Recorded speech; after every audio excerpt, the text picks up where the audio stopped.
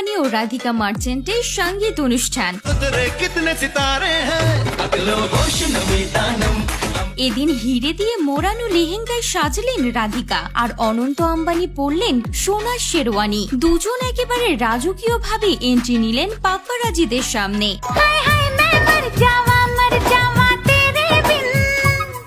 হ্যাঁ ভিউয়ার্স, রীতিমতো শুরু হয়ে গিয়েছে বিয়ের অনুষ্ঠান, আর এদিন শুরু হলো রাধিকা ও অনন্ত আম্বানির সঙ্গীত অনুষ্ঠান। এদিন রাধিকাকে দেখা গেল তিনি যে লেহেঙ্গাটি পরেছেন সেই লেহেঙ্গাটি নাকি পুরোটাই হিরে দিয়ে তৈরি, এমনকি গলাতেও পরেছিলেন হিরের নেকলেস, কানেও ছিল হীরের দোল। অন্যদিকে অনন্ত আম্বানিও কম যান না, তিনি যে শেরওয়ানিটি পরেছিলেন সেটি পুরোটাই সোনা দিয়ে তৈরি। সোনা শেরওয়ানি পরেই হবুবধূ রাধিকার সঙ্গে এন্ট্রি নিলেন আম্বানি পুত্র।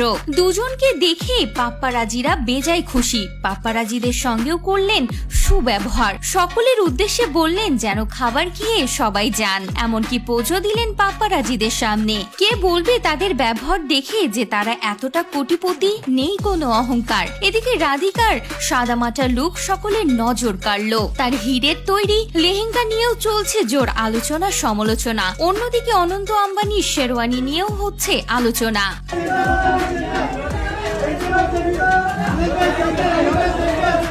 এখানেই শেষ নয়, আম্বানি পরিবারের সকলকে স্টেজে পারফরমেন্স করতে দেখা গেল।